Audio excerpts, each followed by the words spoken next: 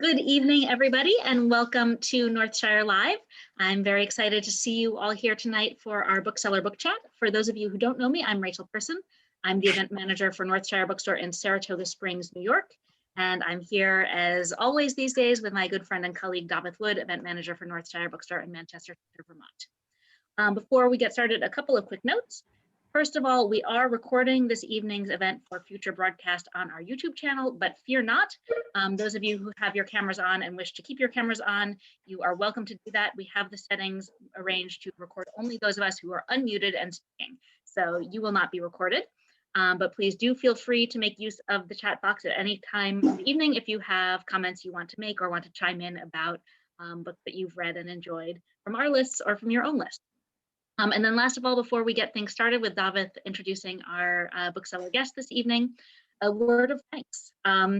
The loyalty and support that all of you have shown to the Northshire bookstores over the past year and a half has really kept us afloat.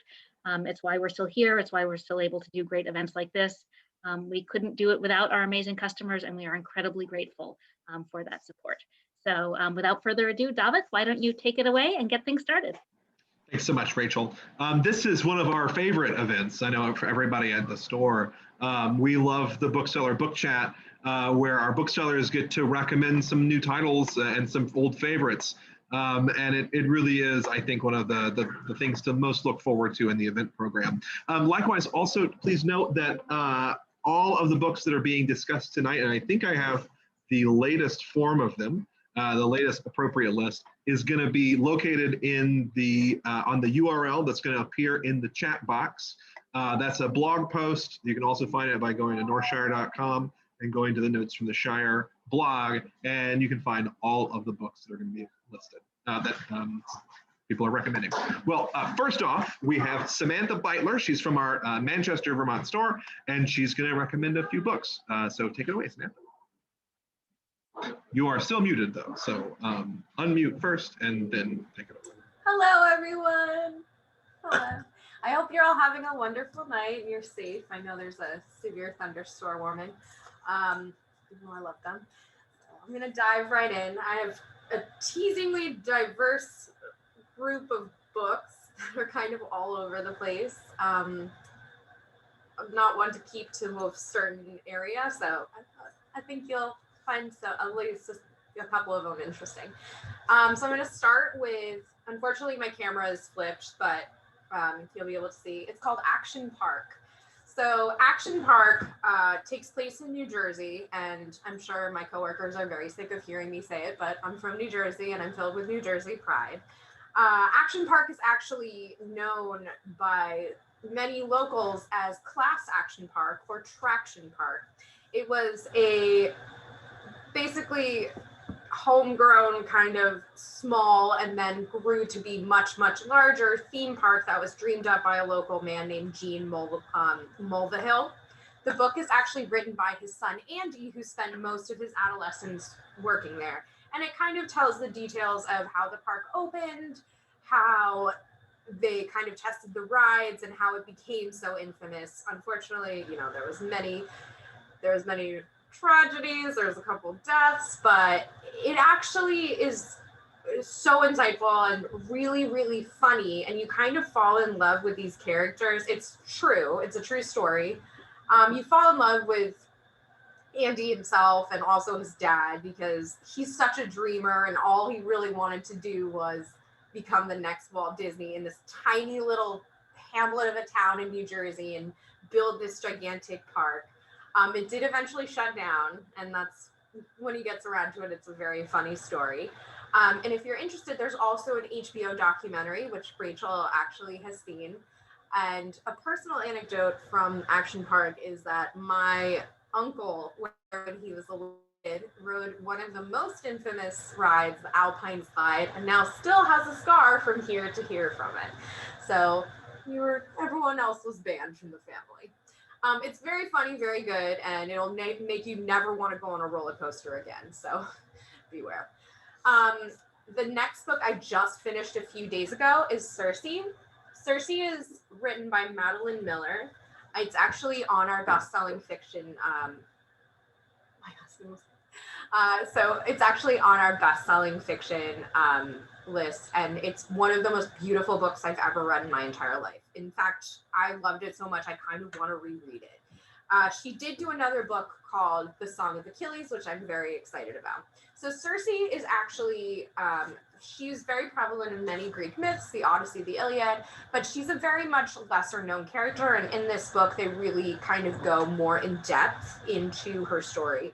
She is a daughter of Helios, the sun god. And basically what happens is she, over the centuries, she kind of lives and she's a little bit ridiculed by her family, but she eventually gets exiled and she starts to kind of build her own path and find out what's within her, which is a line of very powerful witches. And she learns to kind of create her own witchcraft. It's one of the most beautifully, or she learns to, harness the power of her own witchcraft. It's one of the most beautifully written books I've ever read in my entire life. At points, the visual imagery is so gorgeous. It's like you're reading poetry.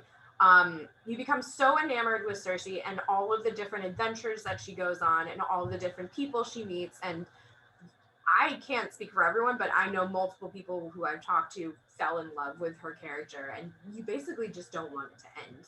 You never know what's going to happen next with her, and it's just, the cast of characters in it is fantastic. The next book I'm going to suggest is The Thursday Murder Club. So I am a fan of true crime, but I'm not very well versed in the mystery genre. And this was my first one. I was actually given this as a recommendation by my father, who's a big Anglophile. Richard Osman, the writer, he's very, very well known in the United Kingdom. He is actually, I believe he runs a few quiz shows via TV and also on the radio. And he's hilarious. I wasn't expecting it to be so funny because I actually multiple times laughed out loud.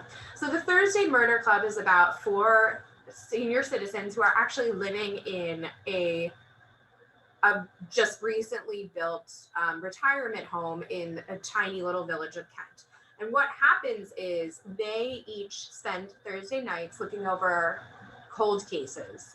And all of a sudden one day there's a murder that directly affects their lives, and they all get together and decide that they're going to solve it themselves. They're always one step ahead of the incompetent cops. And then you learn about their background, how their families are related.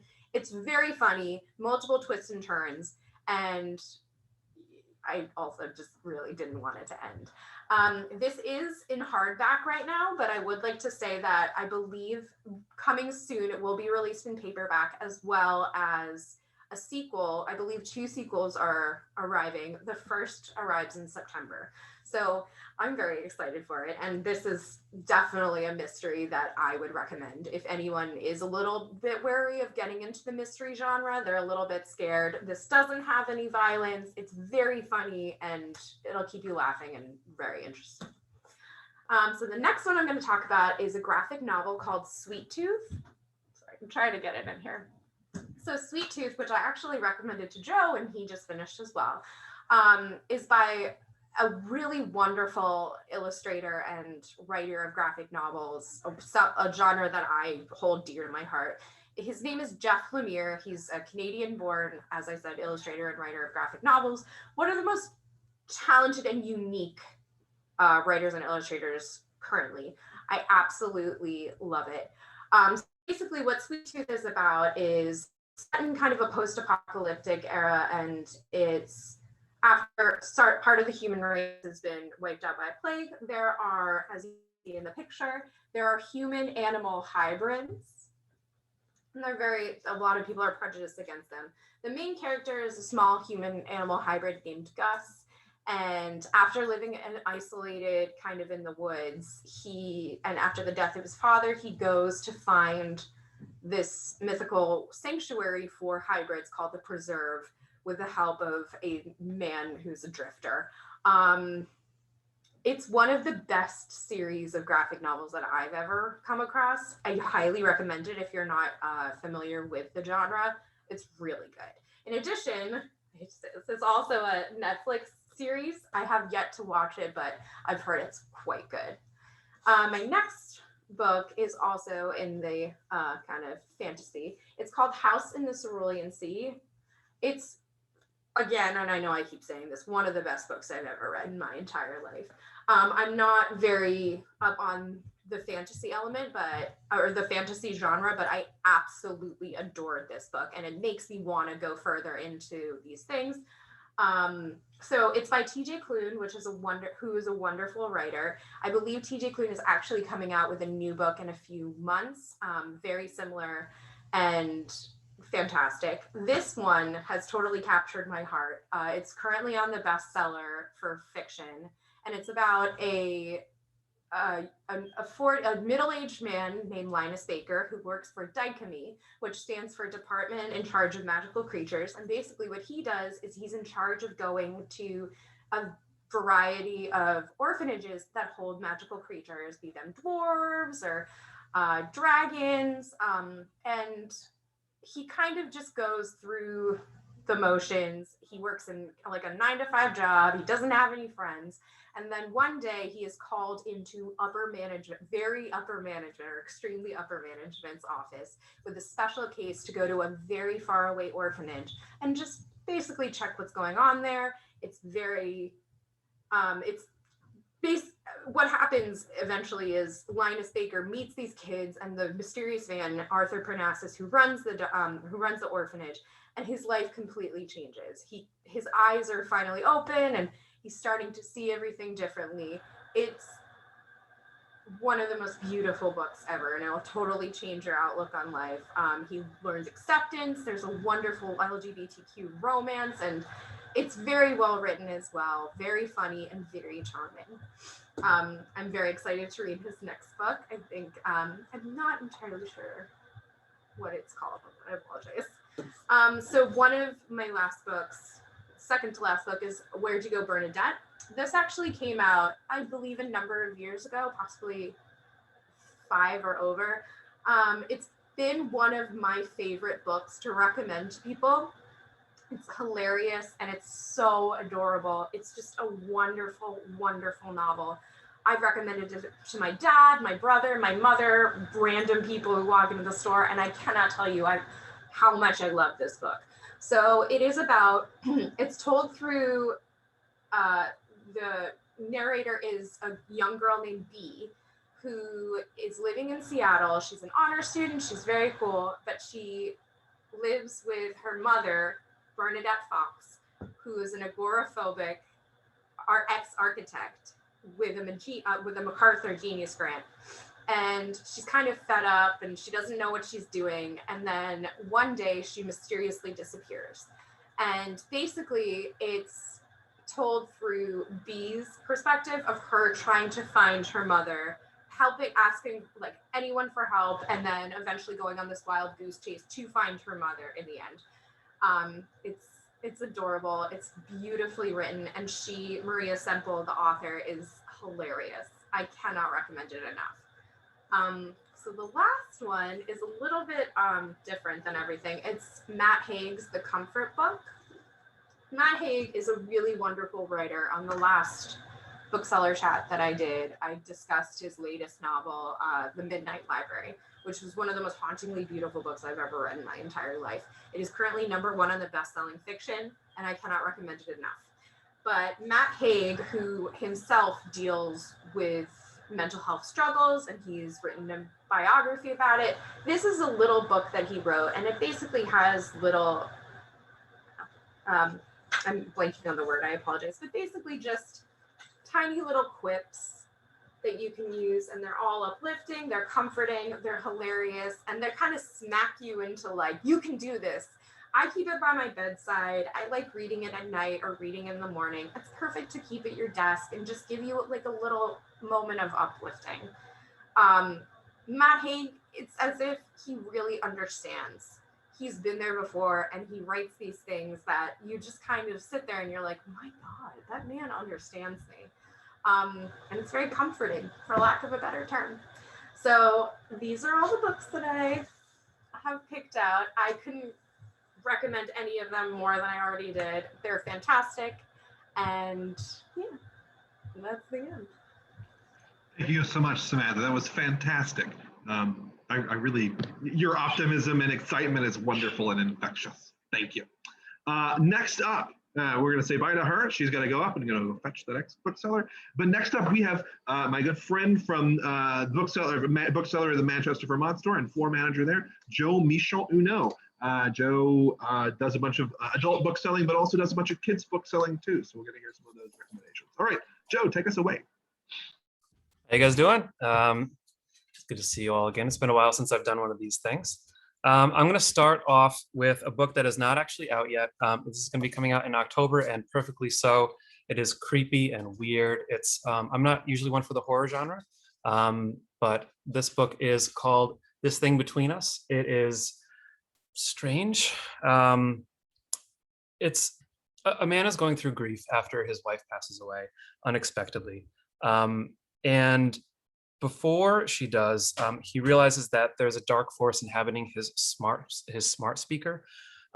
This book goes into some really strange places. I mean, there's literally a zombie dog at some point during the book. But the powerful thing about this book was how well and how realistic it dealt with the grief of the main character. It's heavy. The heaviness took my breath away. If anybody has ever lost somebody, they will recognize these moments. But it's also so strange and weird and wonderful, and I'm really looking forward to it coming out. One of the best novels that I'll probably read all year, however, is The Mysteries by Marissa Silver. It is such lively prose. The prose is exuberant, it's joyful, it jumps off the page during most of the first half of the book. And then tragedy strikes, and these two disparate families are again dealing with grief. And it's similarly realistic, it's similarly biting. If anybody has ever gone through these things, they will recognize themselves in what these characters are going through. But even with the sort of darkness that these characters are experiencing, it's still hopeful, and it's still lively and real. And I can't say enough good things about this. I hope this makes some end of year best of lists. I've been on a really big short story kick lately. I think that short stories are sort of this unsung medium in the fiction world. And so I'm going to sing them, not literally. You Will Never Be Forgotten by Mary South it's a story full of technological obsessions. I really, really loved these short stories. Just to give a few examples for what they deal with. The first one is about a character who becomes obsessed with one of many clones named Keith. There's another one where a character becomes, again, obsessed with recordings of a phone sex ring at the nursery home that he works at. A woman stalks the man who sexually assaulted her online and in person, breaks into his home, and it gets real crazy. There's literally a story called Camp Jabberwocky for Recovering Internet Trolls. It's a fantastic collection. If there are any fans of Lydia Davis out there or microfiction, you will rejoice at the release of Robert J. Lennon's Let Me Think. It has 71 stories in it, and it's a book this slim. Like Davis, Lennon does more in a few sentences than most writers do in an entire novel. Some of them are interconnected, most of them are not, but some of the interconnected ones are among my favorites. There are stories of this marriage that is very strange, and it's sort of like oddly specific moments that are highlighted that I really gravitated toward. There are 4 stories that feature a man who visits a cottage on a hill throughout moments in his life, and each time that cottage changes and the surroundings change, and he's there with different people each time, and that affects them all differently. It's some of the more surreal stories in his collection, but most of them are like these little moments that get sort of blown out of proportion. I think one of the strongest is about a boy who, due to a misconception based on a TV show that he saw, winds up burning his whole entire house down. And the arc of that story is fantastic. I won't say any more because you should definitely just reach out and grab one of those copies next time you're at Northshire. On a whim, I saw this cover and I loved it. So I ordered it in. These are, I think, 7 or 8 of some of the most perfectly told stories that I've read in a long time. They're all set in Argentina. They're all translated. Each story has a character that is working through some inner quandary in their own lonely way. For example, a girl becomes infatuated with a Mormon missionary. There's a man who lives in a cave and his sister is trying to find him and does so. There is an exactitude, a sort of classicness to these stories. That's Federico Falco, A Perfect Cemetery. One of the nicest authors I've ever met, I did so recently, and that is Genevieve Plunkett. She stopped into the store to sign some copies, and I bought one of these books because I had read a few of them. And it is one of the strongest collections that I've experienced in a long time. They're all set in Vermont. You will definitely recognize some of these settings. The book is called Prepare Her. We've got lots and lots of signed copies, so pop in and grab one.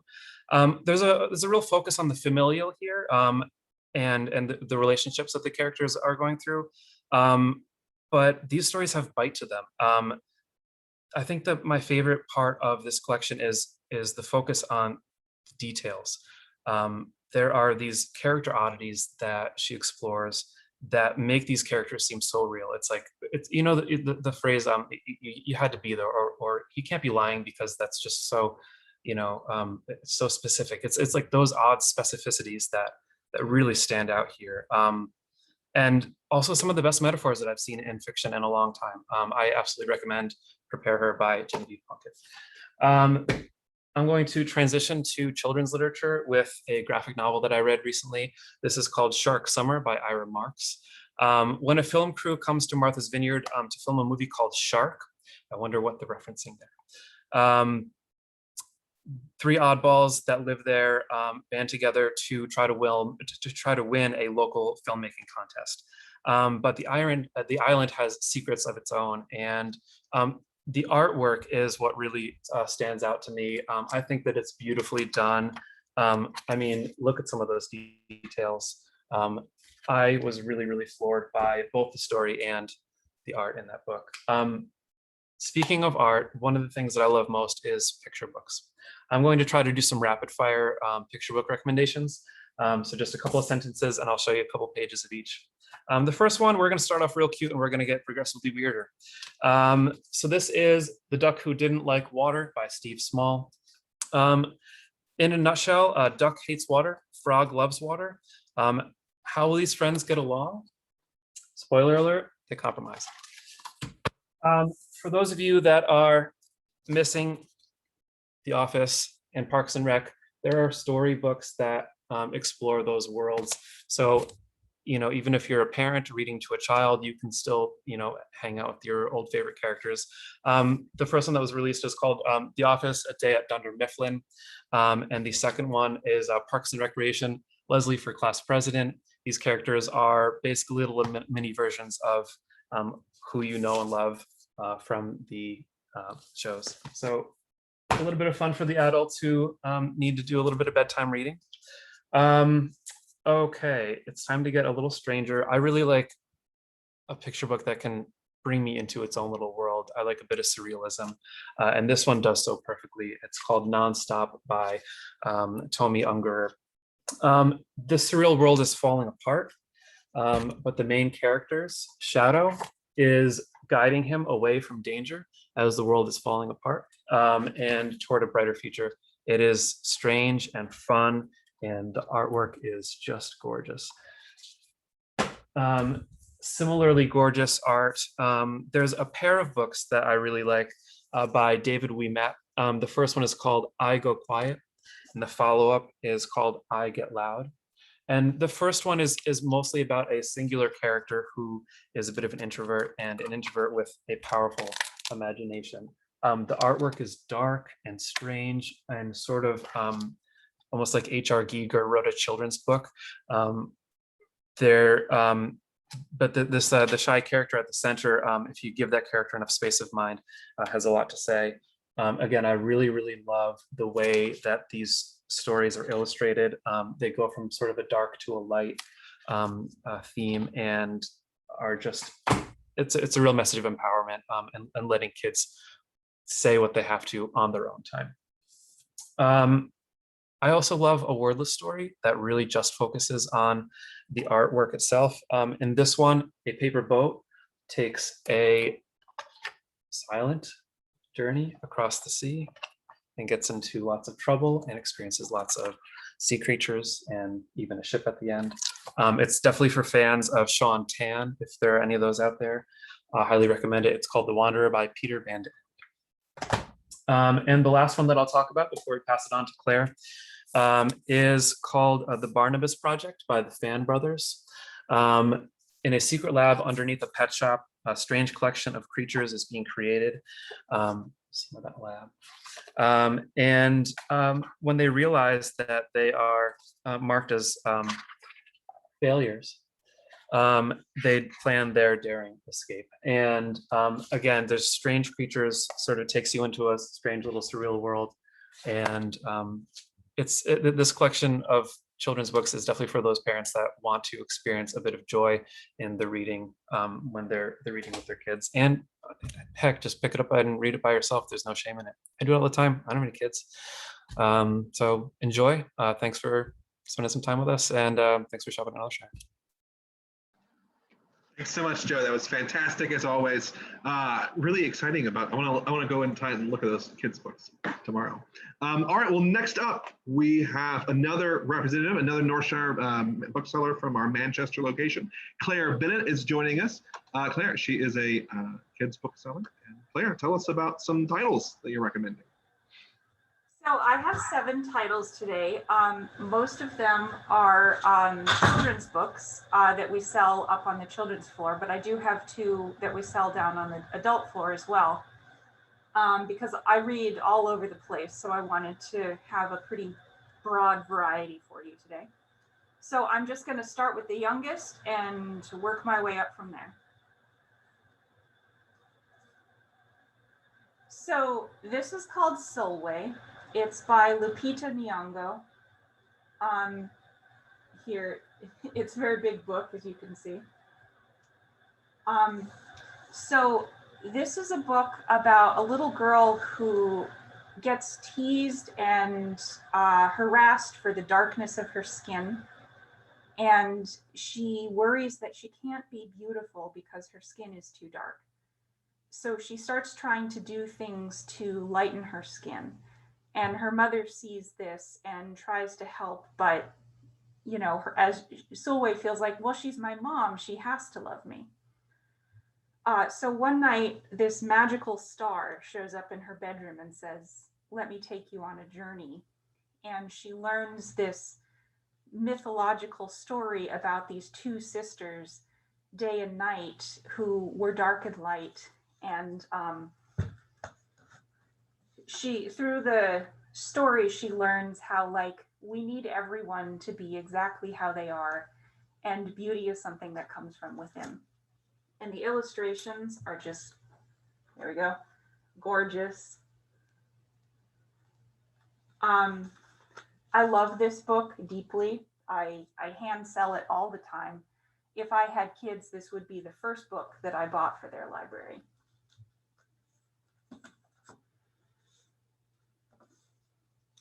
The second one is called Lion of Mars by Jennifer Holm. So this is a middle grade story. It's definitely a younger middle grade story. The child is 11. The writing skews young, but it's also really enjoyable. I'm 34 and I loved this book.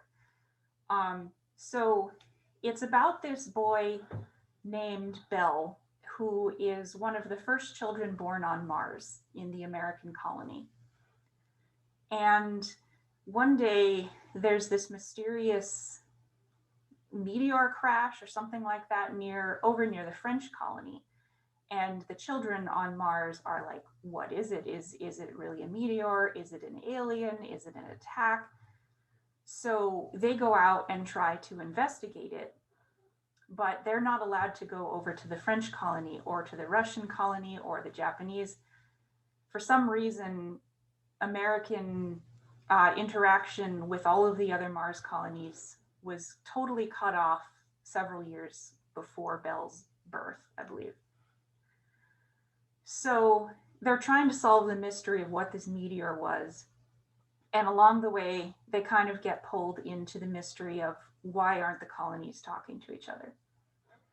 It's a really great book. There's a little bit of sadness in it, but mostly it's just really cute and fun. I recommend it for people who are looking for light reading and who don't want something really heavy and sad. It's really just a slice of life story, but in space.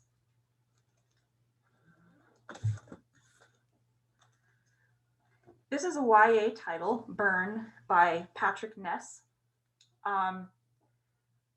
This book is really hard to describe, but it's one of those books that I just sort of picked up on a whim, and it just stuck in my head, and I couldn't stop thinking about it.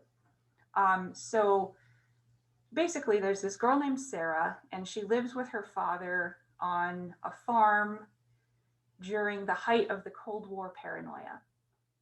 And her mother died of cancer a couple years ago, and the farm is in jeopardy. They don't really know if they're going to have the money to keep it. So they hire a dragon to work on the farm. And that's when you find out that this is our world exactly as everything happened except for one change, and that's that dragons exist. So this dragon shows up, and he's very intelligent, he's very funny, not easily ruffled, and he seems to know all this stuff about Sarah and how she plays into this prophecy that entangles both humans and dragons and is going to have a huge impact on the future of this world. So the writing is really great. It's told from a lot of different perspectives. I would call it mainly historical fiction, but fantasy, and then a little bit of sci-fi. It's definitely a genre bender. But I recommend this one a lot. It's great for kids or adults who don't really know what they want to read and are just looking for a good book.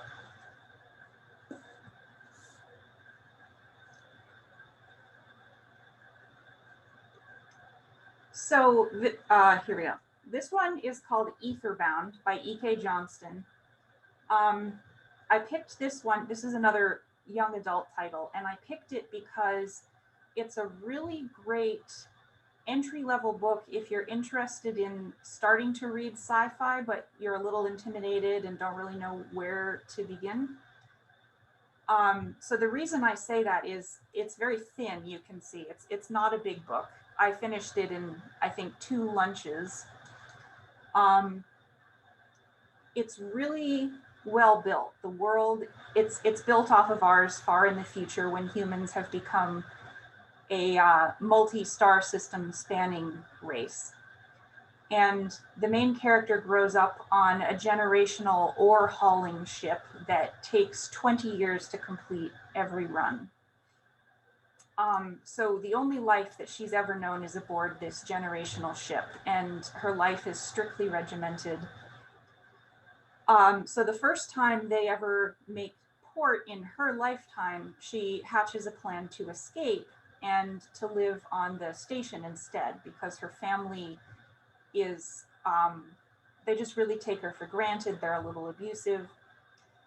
And so she just makes a new life for herself and forges a found family and makes friends aboard this space station. It's a really strong book about like bodily autonomy and also just like being empowered to make your own choices in life. So it's a great, strong message. And again, just sort of a slice of life story, but in space.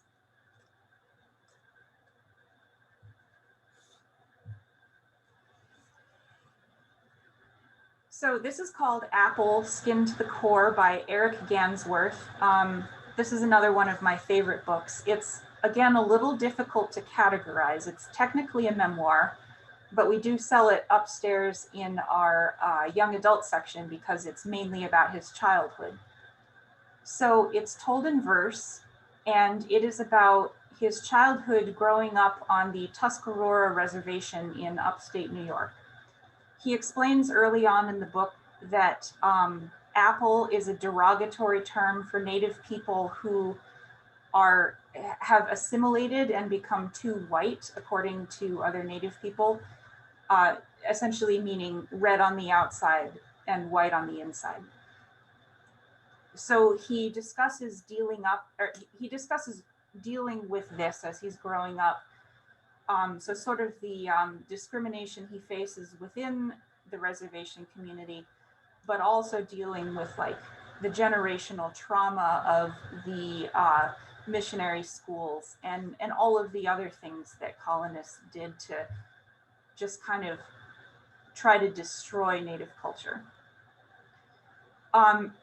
So as you can imagine, there are a lot of really tough, heavy subjects in this book, but I actually consider it a light read almost, because it's just so beautiful and it goes really fast because of the verse form. I recommend this one a lot to teachers. I think that there's a lot here. You could build a whole study curriculum off of this one book, I think. It's just, in addition to being beautiful and really powerful from the human interest perspective, it's packed with information, and a lot of information that you're just not going to get in traditional textbooks and things. So if you are a teacher or you know teachers, particularly teaching at the high school level, I think that this is a really excellent, perhaps even essential book for that.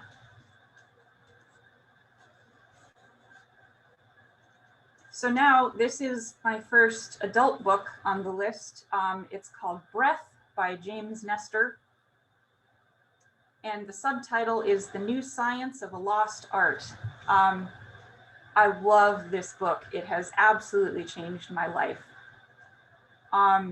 It has the DNA of a memoir, but it's also got a little bit of science writing, a little bit of historical investigation, and then it's also got a little bit of a self-help bent to it as well, because he interspersed with his own experience and information about the history of breathing, he's also teaching you how to breathe.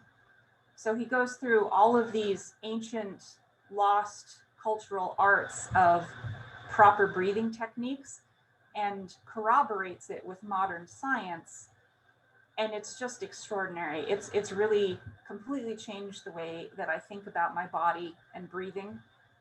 And after reading this book, I'm never going to breathe through my mouth again.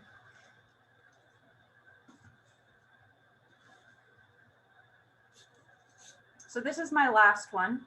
This is a literary fiction novel called Wayward. It's by Dana Spiotta. So I'm not finished with this one yet, but I picked it up recently and I'm really enjoying it. My single sentence tagline is, it's a beautiful love story between a woman and a house. And that is just something that really intrigues me. I'm very into the kind of unromantic storyline. So this woman, Sam, it's set during 2016, right after the presidential election. And this woman, Sam, is just, she's starting to experience, they're called the mids, this thing that, as the book says, women of a certain age start to experience, where they'll wake up suddenly in the middle of the night and not be able to get back to sleep. And that really intrigued me, because that's something that my mom experiences a lot, and I know a couple other women who do too.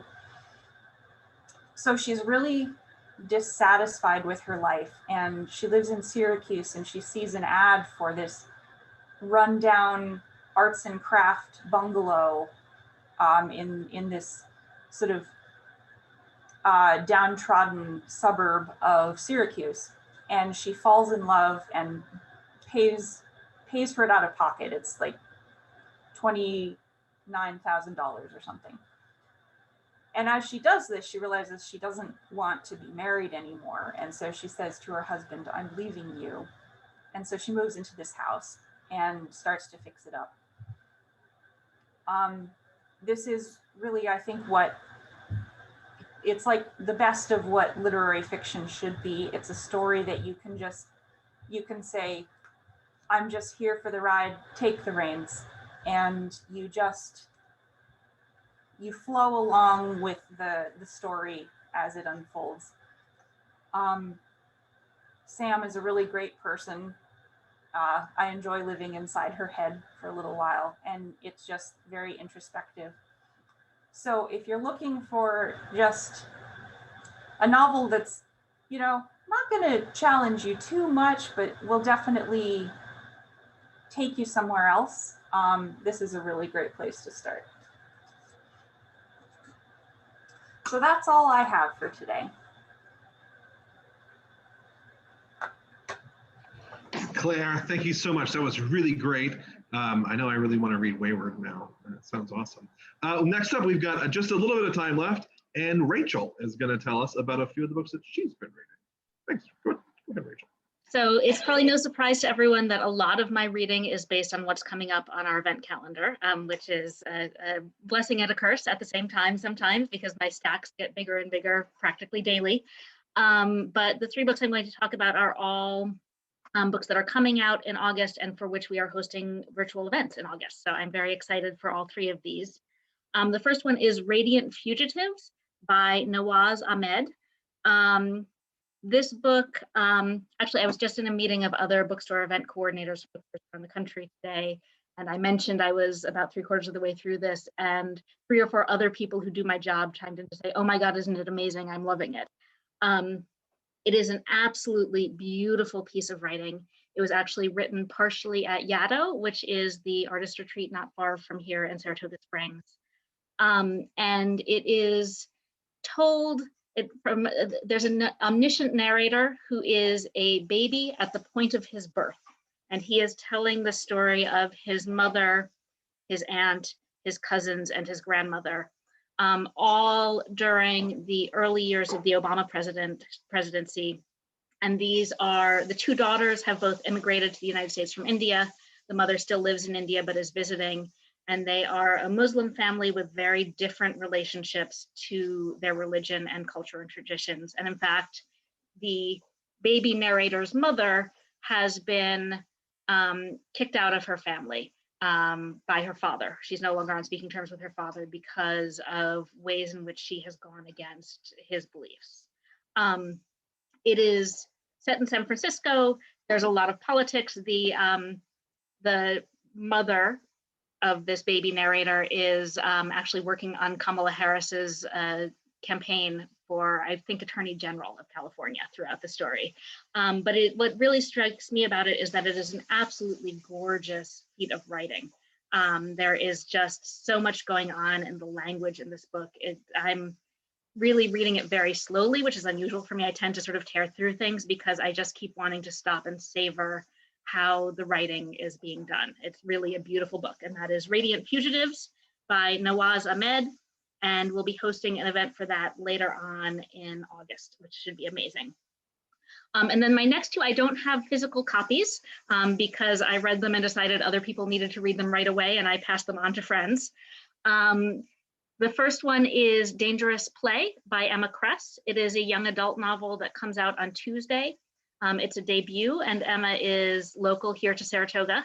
And it is an absolutely fabulously empowering young adult novel. A group of young high school girl hockey players who do parkour, which is like crazy physical feats in their spare time, who are setting themselves up to have their best year ever, to be this great team.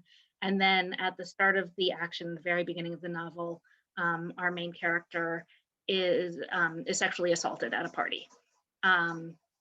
And has very believable reactions to that, but ultimately loops around to deciding that what she needs is revenge.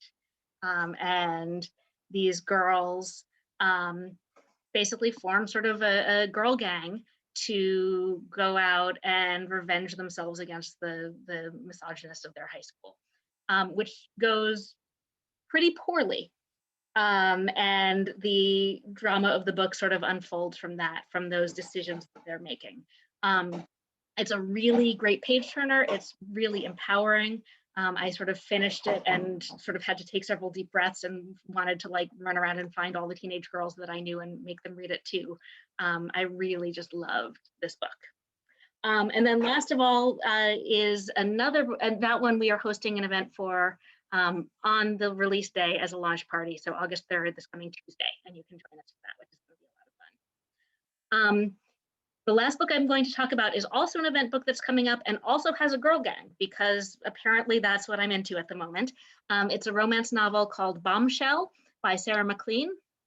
Sarah MacLean writes historical romance. She's a lot of fun. She tends to be very engaged with sort of the traditions and tropes of romance. She's very thoughtful in how she does that. And in Bombshell, we have this small group of aristocratic women who, again, are sort of taking justice into their own hands. They've decided that, you know, all of these rakes and cads of the aristocracy have been behaving horribly towards women and no one's going to do anything about it. So the book actually starts with the heroine luring a particularly heinous man into the gardens, and I don't remember exactly what she writes, but writing something on his forehead so that when he goes back into the ballroom, she drugs him, of course, so he doesn't know this. So when he goes back into the ballroom, everyone sees who he is and what he's done. I'm not going to tell you too much more about the romance beyond that, but it's a lot of fun. It's her books are fairly steamy and enjoyable and a great read. And that one we are one of the participating bookstores in a virtual launch that's been put together by her publisher, where she's invited sort of all of her friends in the romance world. And it's truly a who's who of romance writers writing today who will be part of that event. So it's going to be a lot of fun. We got to host Sarah last summer for a virtual event, and she's really quite a hoot. So that should be another very fun one. And that is my whole list. It's been fun getting to talk about this. I had a lot of other things I read, but I felt like I should limit myself because I wasn't sure how we'd be doing on time. But I really appreciate you all being here tonight. Thank you so much to Claire and to Joe and to Samantha, who had to run back to the sales floor in Vermont. Thank you to all of you. And again, you can find all of these titles on the blog post that we've been posting in the chat a few times. I'll put it in there one more time so that you can follow up and order any of those books. And you can always email myself and Davith at events@northshire.com if there was one that you just didn't quite catch and you're thinking, what was that book? We can try to help you out with that. Well, thank you all so much. It's been a real pleasure. Claire, Joe, Samantha, Rachel, y'all have a great night. Take care. Good night, everybody.